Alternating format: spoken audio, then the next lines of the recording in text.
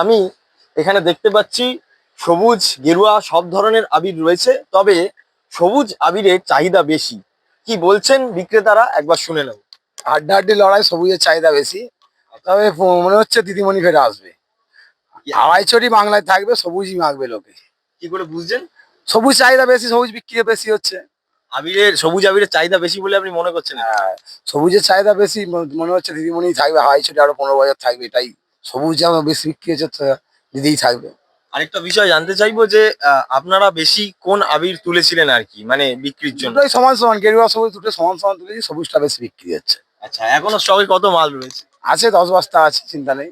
কি আশা করছেন যে কাল আরো বিক্রি হবে? হ্যাঁ, বিক্রি হবে। ভোটের গণনার দিনকে 4 তারিখও বিক্রি হবে।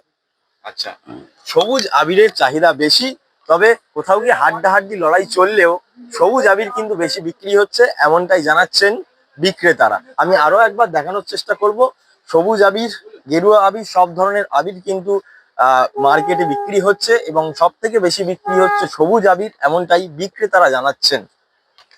হাই নিউজের জন্য অভিষেক সিংহ, কলকাতা।